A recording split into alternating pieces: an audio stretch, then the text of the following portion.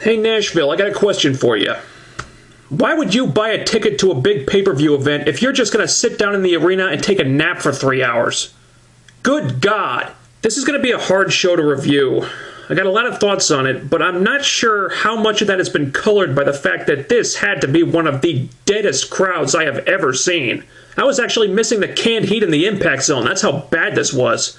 Those people might as well have been going to a funeral for how quiet they were. And the sad thing is that this might have actually been partially self-inflicted on TNA's part. Starting the show with Lethal Lockdown was a horrible idea, because right off the bat, the fans got hyped up by a bunch of big stars all at once in a long, violent car wreck match, but this burned out the crowd way too early, and then they were completely lifeless for the next hour and a half. If you'll notice, the crowd was at least awake for Lethal Lockdown, but afterward it was so dead in that arena it might as well have been a fucking morgue. And the match itself had a lot of issues. I will say they were smart in how they booked Garrett Bischoff for the most part. I mean, even though he was the first guy in the match, he pretty much got his ass kicked by the heels, and then after the roof came down, he spent the rest of the match just lying there like a lump and let the others do all the work. They left the wrestling to the guys who have actually wrestled more than 10 matches. Thanks for that one, Steiner. And then the end came when Garrett no-sold 50 kendo stick shots, then hulked up and pinned his dad. That was pretty ridiculous, admittedly, but it means that Eric Bischoff has gone from TV, which you'd think would be a big deal, but for some reason Mike Tenay sold it like he didn't really care that much either way, so I'm not sure what the point was. And this was one of the two major problems with this thing. The entire story hinged on this melodrama with Garrett and his dad, which no one gave a crap about in the first place. So if you didn't care about that, you didn't care about the match. And they used all these guys, Aries, AJ, Anderson, Rob Van Dam, to prop up Garrett to try to get this guy over, and it's just not working. That's why when he was getting his ass kicked by Gunner and Bully Ray, the crowd was chanting for Austin Aries. That's why when Gunner threw him face first into the cage wall, the crowd was chanting, "One more time! One more time! One more time!" Nobody gives a shit about this guy! This whole show is ridiculous! The other problem being that the entire second half of that match was a fucking tease. Granted, Lethal Lockdown is a hard match to book. There's so many people in there that it can easily, and usually does, just devolve into a big schmoz. But it can be an entertaining schmoz if you're smart about it. And a big part of that is building up to that big jaw-dropping spot at the top of the cage where someone either goes through a table or falls through the roof or whatever. And when that roof came down, everyone saw the ladders and the table on top of the roof, but nobody ever went up there. If you weren't going to do the spot on the roof of the cage, why did you put that stuff up there at all? You were just teasing people with something they weren't going to get. And without that spot, this match, while otherwise decent, just felt really underwhelming. And once this match ended, this is where the crowd, for all intents and purposes, died. Next was the tag team title match. And unfortunately, this match served as a bit of a reality check for some of us. Because while this was a good match, it probably wasn't what a lot of people were expecting. Now, before the show, I was hearing some people saying now this could be a match of the year contender or something, and I felt that was jumping the gun a little bit, so to speak. First of all, the chemistry between these teams was not as immediate as it was with the Guns and Beer Money, so they may have to work a little harder to find it. Second, we need to be realistic here, guys. Sabin and Shelley haven't tagged together for over a year. They weren't going to be the same as they were right off the bat. Their double team arsenal was bound to be rusty, and that's going to take a little time to work off. Still, it wasn't bad. I mean, I did get the sense that they were holding back, probably to save stuff for a later match, but what hurt this more than anything wasn't the wrestlers, it was the dead crowd. Joe and Magnus retain, which was the right call in my opinion. They needed this win a lot more, and if this feud is going to have any legs, the Guns couldn't win the titles this soon. I mean, yeah, I was hoping for more out of this too, but it was still one of the better matches of the show. Next was Robbie E versus Devon for the TV title. Because some brain trust backstage thought this deserved a spot on the card instead of getting burned off on the pre-show. You people are fools! I swear to God, Robbie E is the laziest wrestler I've seen in years. 90 seconds into the match, and Robbie breaks out the rest hold of doom. 90 seconds. Let's get real here, Rob Echoes. If you have a spot on one of your company's biggest shows of the year, and you can't even get halfway through a 3.5-minute match without going to a rest hold, it's time to pursue a different line of work. Do the world a favor, okay? Go fuck yourself, get off my wrestling show, and go find a new job, you worthless, no-talent, lazy-ass bitch. Devon wins, thank Christ. Next, Gail Kim versus Velvet Sky for the Knockouts title. Now, I've been as critical of Velvet Sky as anyone, so this might surprise some of you, but I'm going to be nice to her this time. This was not as bad as I thought it would be. Most knockout cage matches in the past, with a couple exceptions, have been very good. This didn't live up to those standards, and I think we all knew it was never going to, but it was better than I expected. I'll give Velvet Sky some credit. I didn't see any really bad botches. The Sunset Flip powerbomb spot was cool, and more than I thought she'd deliver. She's never going to be brilliant in the ring, but she was trying. She was making an effort. And at the end of the day, that's all I can really ask of any wrestler, that they make the effort. If they can at least do that much, I still might not like them, but I can respect them. And I'll go one better. Velvet worked harder in her match than Robbie E did in his match. So Velvet, props to you. That said, I do think the right person won. This match reminded me a lot of Aries vs. Ion for the X Division title last month, in that I wasn't able to suspend my disbelief long enough to think that the champion was ever really in danger of losing. The challenger might have given a valiant effort, but in the end they were just undeniably outclassed. And that was the story of this match, whether they intended it to be or not. But Velvet came out of it looking good, and she didn't embarrass herself. Velvet Sky had a good showing here, and that's all we could really hope for. Then Ric Flair and Hulk Hogan came out to waste 10 minutes of our lives. Ha-ha! You know what I think happened here? I think Dixie went up to Hogan and Flair backstage and went, "Guys, we're dying out there. We gotta wake this crowd up fast. Just go out to the ring and wing it for 10 minutes. So they went to the ring and they screwed around for a few pointless minutes, and they teased a match that, if there's a God, will never happen. I mean, we've seen Hogan versus Flair more times than we've seen AJ Styles versus Christopher Daniels, and they're in their 60s now. And to see that match at this point would just be depressing and sad. Matt Morgan versus Crimson. The second Morgan could have left the cage but chose not to, you knew Crimson was going to win, so that made this really predictable. Also, it only got like 8 minutes, and that was just too short. As a result, the ending felt really anticlimactic. I mean, it was going okay for a while there, and then, just like that, it was over. And I thought they were going to end it with some big spot. I mean, Crimson's on the turnbuckle, Morgan's tied up on the ropes, and I thought they'd have Crimson finish Morgan with like a big-ass leg drop off the turnbuckle or something, which would have been impressive for a guy his size, but instead he just climbed over the cage and that was it. I'm sorry, but that's just lame. So it ended up as a kind of short match that ended with a whimper instead of a bang. There's not much else I can really say about it. And I don't blame either guy. I mean, this just felt like another one where the wrestlers were being held back by the way the match was put together. Or maybe it was the lack of time it got, I don't know. But another underwhelming match on this card. Angle versus Hardy. This was one of only 2 matches of the show where I felt like I was actually watching a Big 4 pay-per-view. Number 1, because the crowd was actually awake for it. Number 2, because it wasn't too short and the action delivered and gave us something satisfying. It started out slow, but then it got really good once they started breaking out the big spots. Angle slam off the turnbuckle, springboard up the ropes. It told a great story. The finish was awesome with the multiple swantons and then the one off the top of the cage. Great stuff. The most satisfying match on this pay-per-view in most areas. It's just a shame that they got the short end of the stick so much in the build-up. Knockouts tag title match. Sarita and Rosita versus ODB and Eric Young. God, this match was so fucking pointless. This was just a comic relief filler segment before the main event started. They never even tried to make it seem like anything more than that, and it wasn't even a good match either. The whole thing was just Sarita and Rosita trying to seduce Eric Young. Of course, that didn't work the first 2 times they tried it on iMPACT, but they think it's going to work this time for some reason. I don't know why. Though maybe I should give them points for at least thinking outside the box, since it was obvious that trying to have a wrestling match with these 2 was a giant waste of time. Eric Young isn't even trying to be a wrestler anymore. For Christ's sake, man, if you want to be a clown so bad, just go join a fucking circus. Will you sit down and quit making a fool out of yourself? Fuck this match. Sarita deserves so much better than this. James Storm versus Bobby Roode for the world title.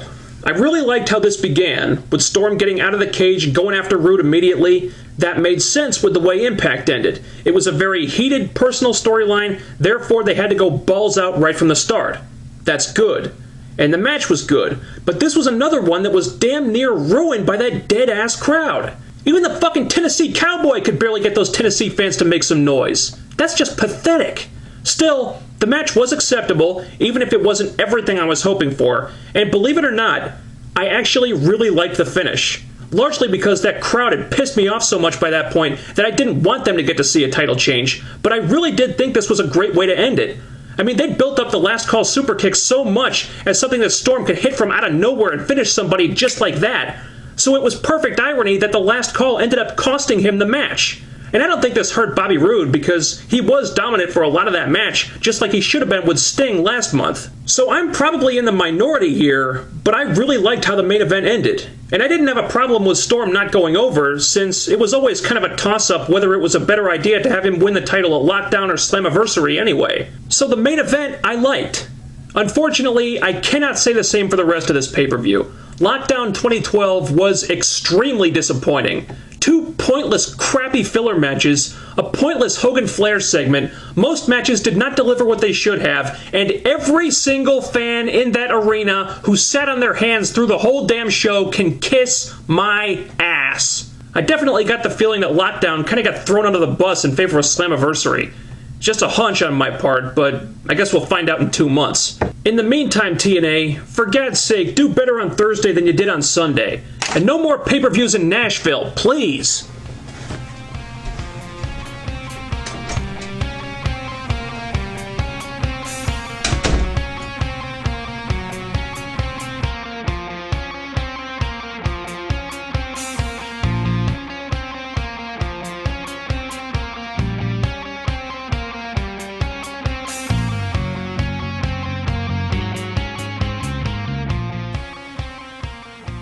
Okay, I'll just come out and say it. Impact this week was more fun than Lockdown. Now, is that saying very much? No, it's not.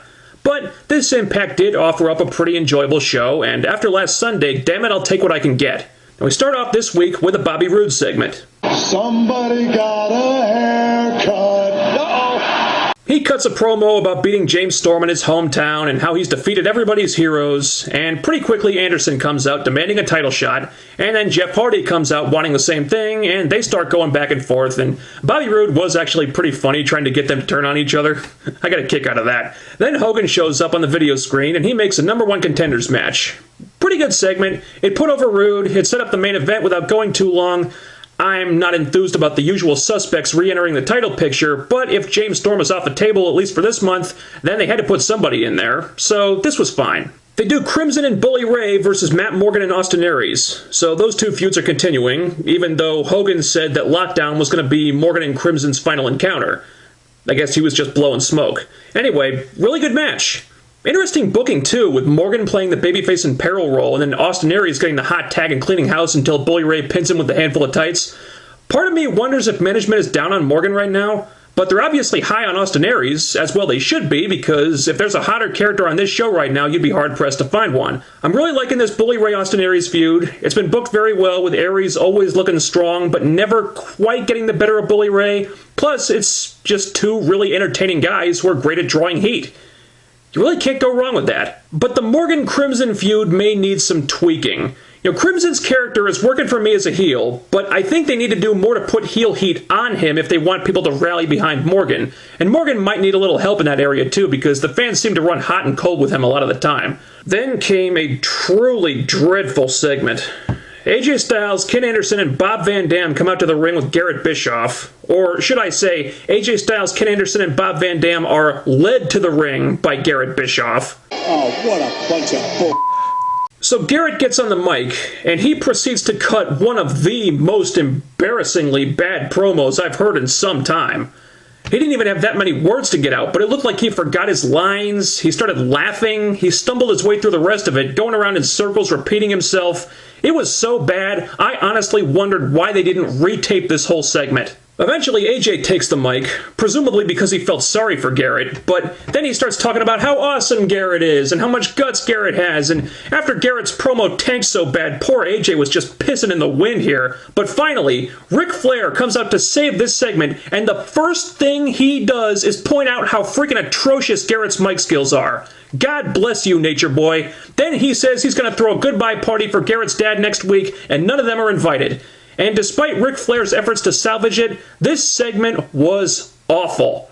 Although, I will say that Eric Bischoff's name getting bleeped out like an F-bomb was fucking brilliant.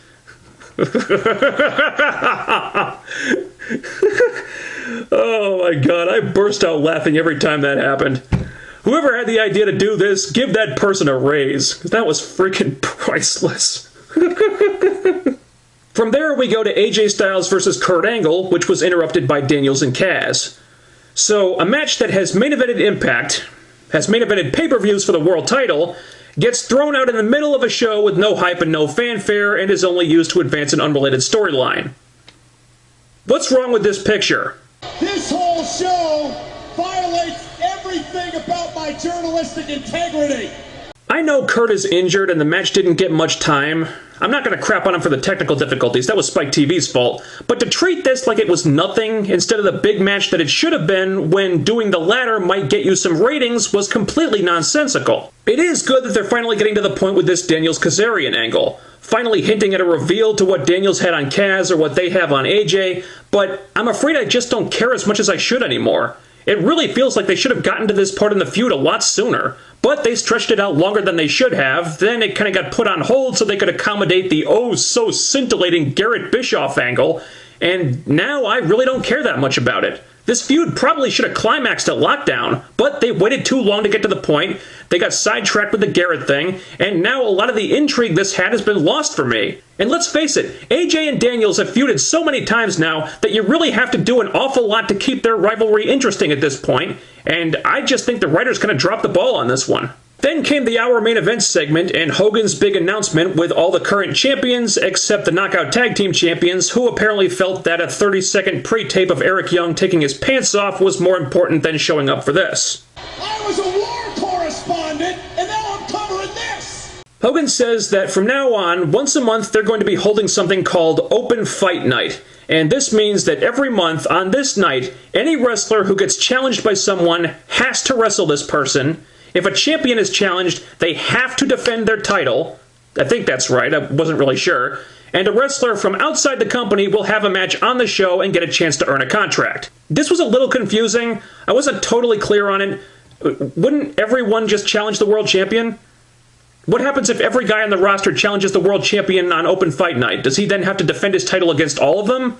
Is it first come, first serve? How does this work? So that part did need to be clarified, but I actually really like this idea. You know, it could lead to some interesting new story possibilities. Plus, it's a theme show that they can hype up every month, and who knows, that might get them some ratings. Now, admittedly, the spoilers for the first Open Fight Night next week look a little less than stellar, but I think it's a cool concept. I'll give it a shot. What interests me most of all, though, is this being a vehicle to introduce new stars, which they could really use because the roster does feel stale at the moment, especially the Knockout roster, so I'm really looking forward to this. Now, I'm assuming it's going to be a showcase primarily for OVW talent. The first guy they brought in for it is from OVW. Hopefully they'll cast the net wider than that, but OVW does have a few diamonds in the rough that I wouldn't mind getting signed at all. Come on, Blossom Twins. And Hogan's other announcement is that the TV title will now be defended on television every week. This is good.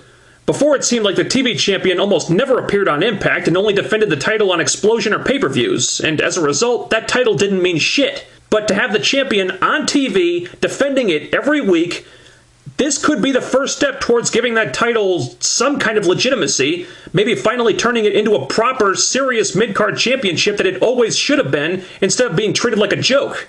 I mean, yeah, Devon might not be a lot of people's ideal champion, but this is a big step in the right direction. They had an 8-knockout tag team match with some rarely seen women finally back on TV.